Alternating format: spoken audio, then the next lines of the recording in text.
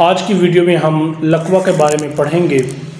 असील मुर्ग के लकवे का इलाज या असील पैरालिसिस ट्रीटमेंट कहा जाता है इसको, और इसको असील के फालज का भी कहा जाता है। वीडियो की तरफ जाने से पहले मेरे देखने वालों से रिक्वेस्ट है, अगर आप मेरे चैनल पर नए हैं तो मेरे चैनल को लाइक करें, सब्सक्राइब करें, वीडियो अच्छी लगे तो दोस्तों के साथ शेयर करें ताकि मेरी हर आने वाली नोटिफिकेशन, मेरी हर आने वाली वीडियो आप तक पहुंचे। मेरी वीडियो इन्फॉर्मेटिव होती है, इसमें बीमारी क्यों होती है, किस वजह से होती है, उसका क्या इलाज है, मुकम्मल आपको बताया जाता है। असील मुर्ग के लकवे का इलाज, लकवा ज़्यादातर कबूतरों में पाया जाता है लेकिन इसकी चंद एक अक़साम ऐसी हैं जो हमारे मुर्गों में भी पाई गई हैं। इसे असील पैरालिसिस भी कहा जाता है या असील पैरालिसिस ट्रीटमेंट क्या है, और असील की पट्ठों की कमज़ोरी कह लें या फालज कह लें, ये उस ज़ुमरे के तमाम सवाल हैं जो फील्ड में अक्सर देखने को आएंगे, लेकिन ये बहुत ज़्यादा माइनर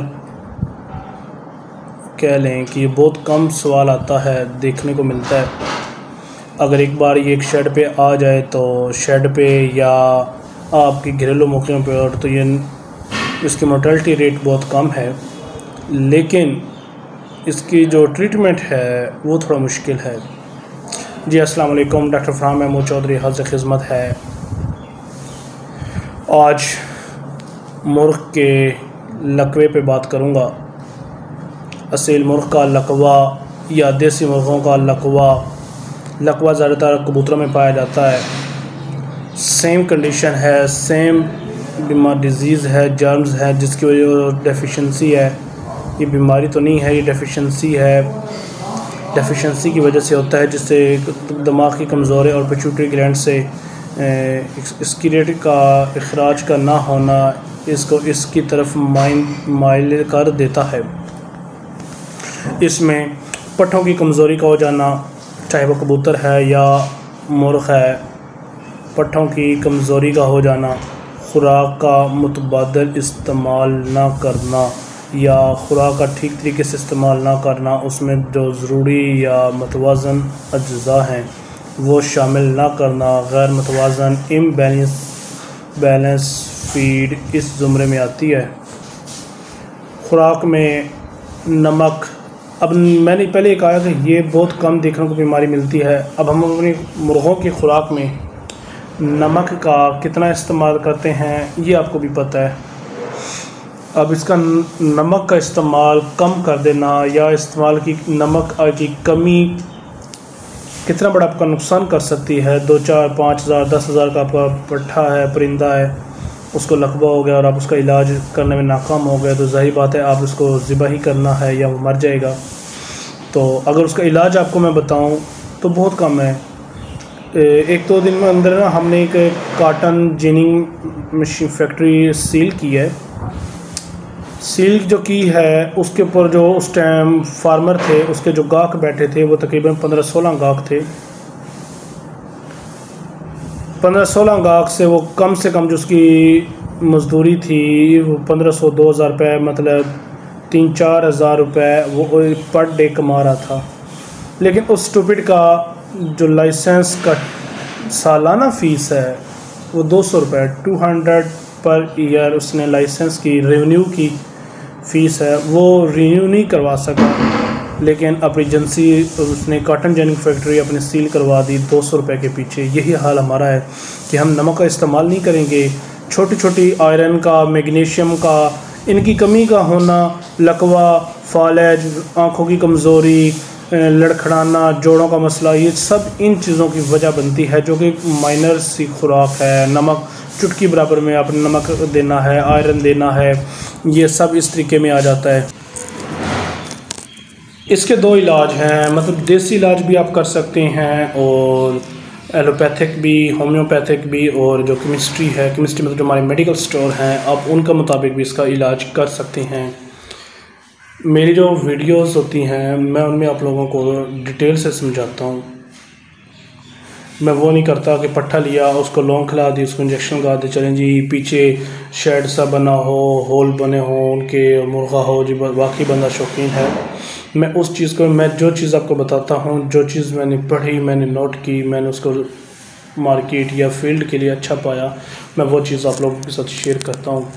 बाकी मुझे इससे कोई सरोकार नहीं है कि आप इस पे अमल करें या ना करें। मेरा मकसद है कि इससे आपको पता हो कि आपके परिंदे को लकवा, आप यूट्यूब पे वीडियो देखेंगे जी परिंदों को लकवा है, उसके लकवे के लिए जी ये मेडिसिन दे दें, ये दे दें, वजह नहीं बताएंगे कि होता क्यों है। मेन चीज़ है कि आपको पता हो कि मेरे परिंदे को इस चीज़ की कमी की वजह से लकवा हुआ था, ताकि मैं बाकी परिंदों को ये चीज़ दूँ। खुराक में नमक का इस्तेमाल और आयरन का, मैग्नीशियम का बहुत कम इस्तेमाल किया जाता है, तो उसकी कमी की वजह से ये सारा माजरा बन जाता है।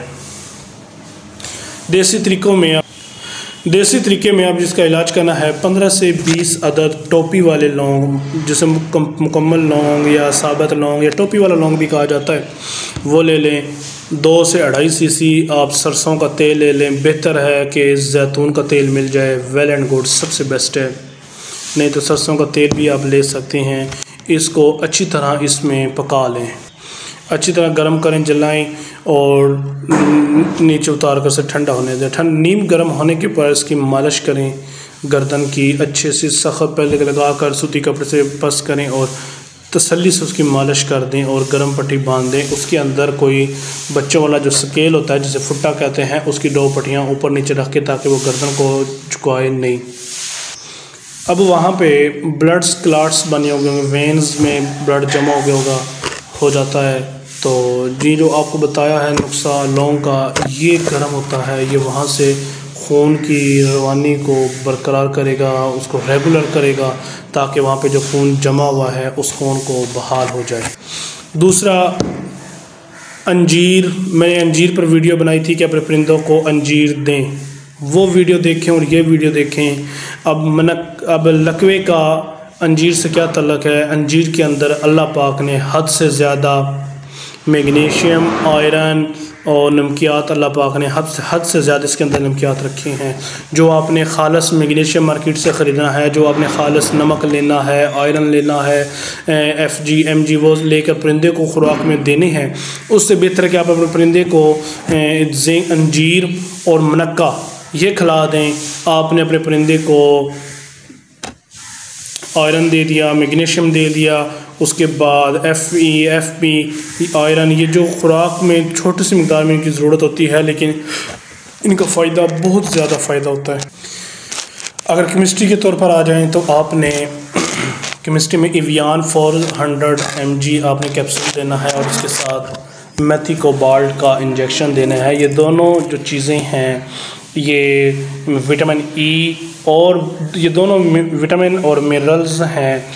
जो लकवा है, मैं आपको पहले बताया है, ये बीमारी नहीं है, ये खुराक की डेफिशिएंसी की वजह से परिंदों को हो जाता है। लकवा जो है वो खुराक की डेफिशिएंसी की वजह से होता है।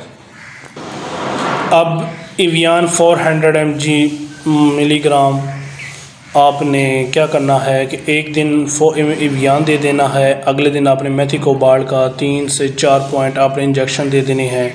ये आपने इसका 8 से 10 दिन आपने ये इलाज इसका जारी करना है, इसी तरह वक्फे से इंशाअल्लाह ताला शफा मिन जानिब अल्लाह है।